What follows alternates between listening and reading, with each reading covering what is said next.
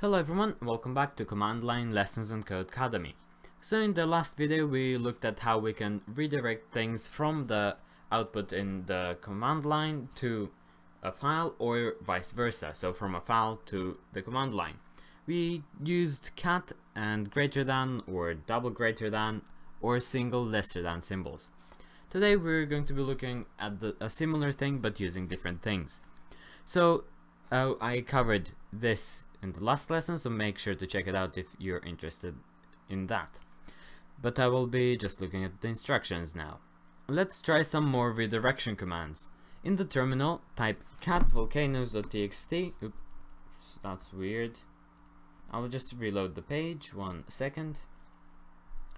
There we go. And for some reason those got solved. Okay, so now let's actually do this. Cat volcanoes.txt pipe wc. Good. We get 3 numbers as output into our command line. Type cat volcanoes. If I can spell it. .txt pipe wc pipe cat greater than islands.txt. So we are redirecting output into the file txt, and the output, as we saw before, from this above here was this. So what is probably going to happen is these are going to be stored in this file. So let's press enter, and for some reason I got loads of random characters there. Let's do clear.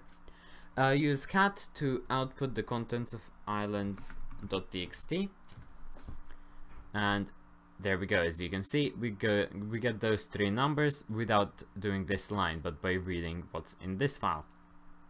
Okay, moving on. So this symbol, which I was calling a pipe, is called a pipe.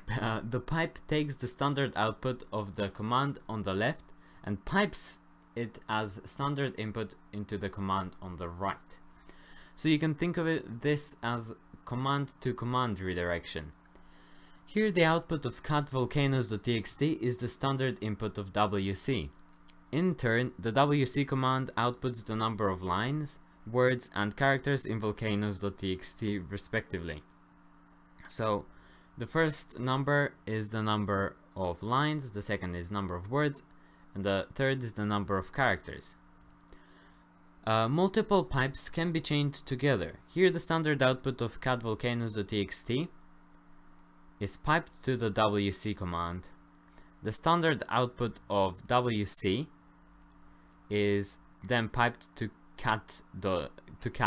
Finally, the standard output of cat is redirected to islands.txt, so reading from left to right. So we have those 2, then those go to that, and then that all goes to here, to the islands.txt. You can view output data of this chain by typing cat islands.txt, which is what we have done. A few commands are particularly powerful when combined with redirection, so let's try them out. First, use cat to output the contents of lakes.txt.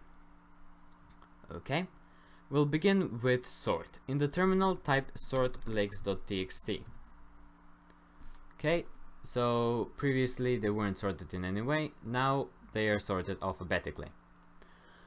Then type cat lakes.txt pipe sort greater than sorted dash lakes.txt.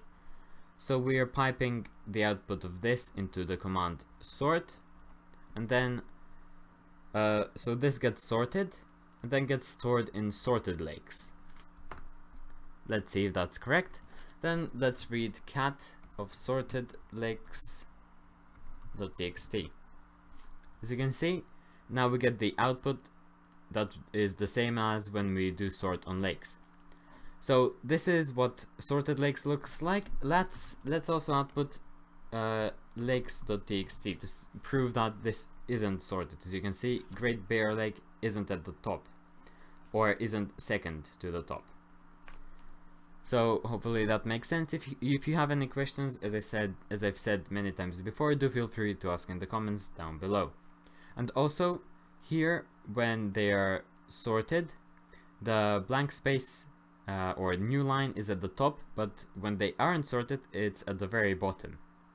And that's when sorting, that comes at the top, because that's just how it's made.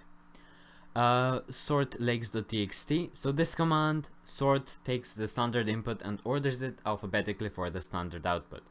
Here the legs in sort legs.txt are listed in alphabetical order. Cat legs.txt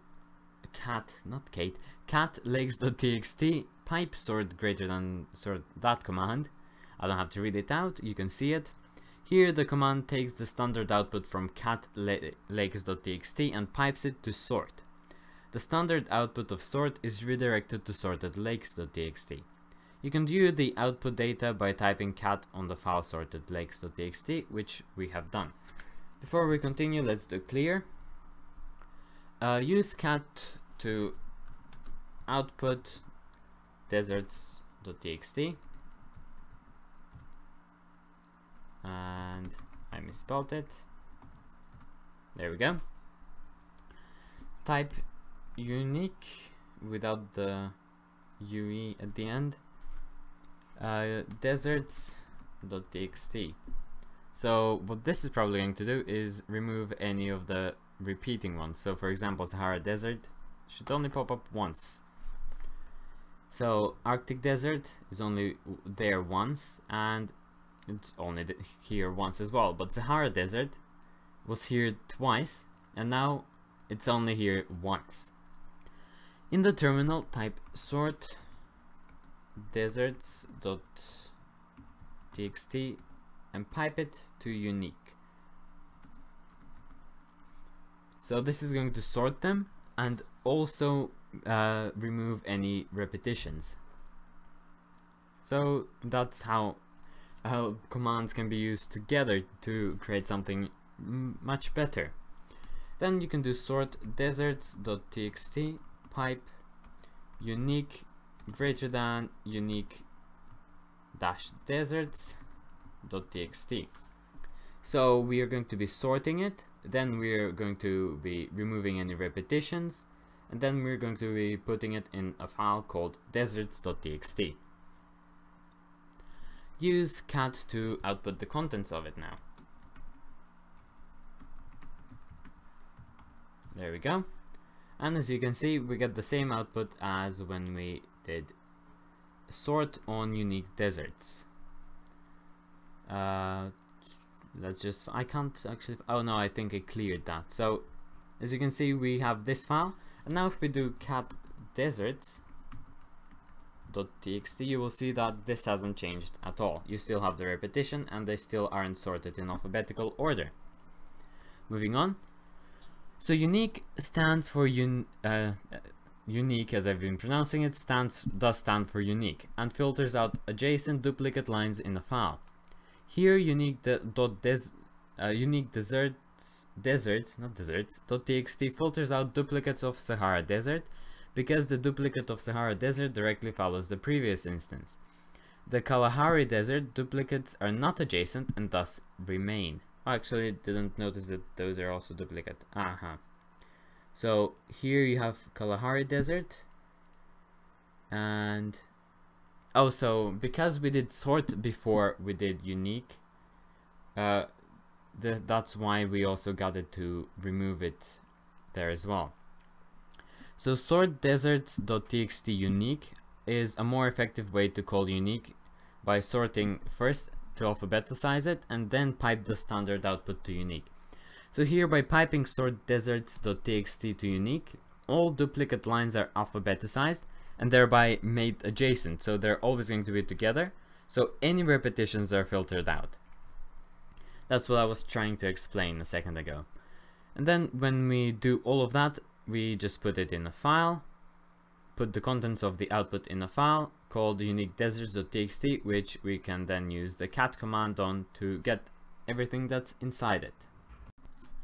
So thank you guys so much for watching this video. If you enjoyed it, then please give it a thumbs up, like, share and subscribe. If you didn't enjoy it, then tell me why you didn't enjoy it. You can give a dislike if you really want to. so that they can improve for next time. But until that next time, thank you guys so much for watching, and goodbye.